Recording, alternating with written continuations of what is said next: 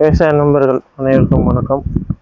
நேற்று உங்களுக்கு கொட்டாயோட ஃபினிஷிங் நிழல் கட்டுற மாதிரி ரெடி பண்ணி உங்களுக்கு காமிக்கிறேன்னு சொல்லியிருந்தேன்.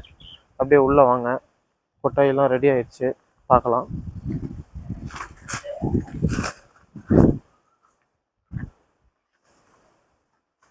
இப்போ வெளியில் வந்து வெயில் நல்லா அடிச்சுக்கிட்டு இருக்கு. உள்ளே பார்த்தீங்கன்னா ஃபுல்லாக நல்லா ரெடி பண்ணியாச்சு. இதுதான் வந்து நம்ம கொட்டாயோட முழு அமைப்பு. இன்னும் வந்து பார்த்தீங்கன்னா மண்ணெல்லாம் நிறையா கொட்ட வேண்டியது இருக்குது. இந்த இது பார்த்தீங்கன்னா தென்னை மட்டை தான் 2 மட்டை போட்டு யூஸ் பண்ணியிருக்கோம்.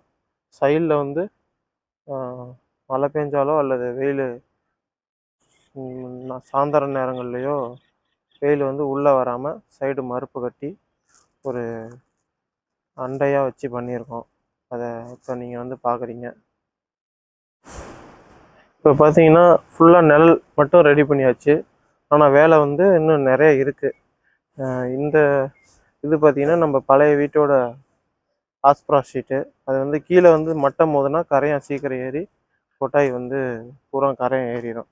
மெயினாக கரையான் ஏறாமல் பார்த்துக்கிறது தான் கொட்டாயோட லைஃப்பை வந்து முடிவு பண்ணும். அதனால தான் கீழே மட்டும் இதை வச்சிட்டோம். இந்த ஆஸ்பரா ஷீட் எங்ககிட்ட பழசு ஏற்கனவே இருந்துச்சு, அதை வச்சிட்டோம்.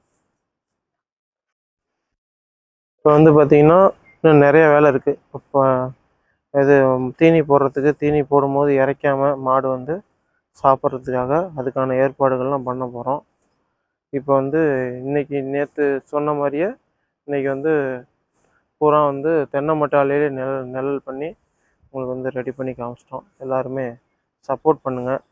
கண்டிப்பாக எல்லாமே இயற்கை முறையில் உங்களுக்கு அடுத்தடுத்த விவசாயங்கள் எப்படி பண்ணுறது அப்படிங்கிறத உங்களுக்கு இந்த வீடியோ மூலிமா தொடர்ந்து நான் உங்களுக்கு தெரிவிப்பேன்.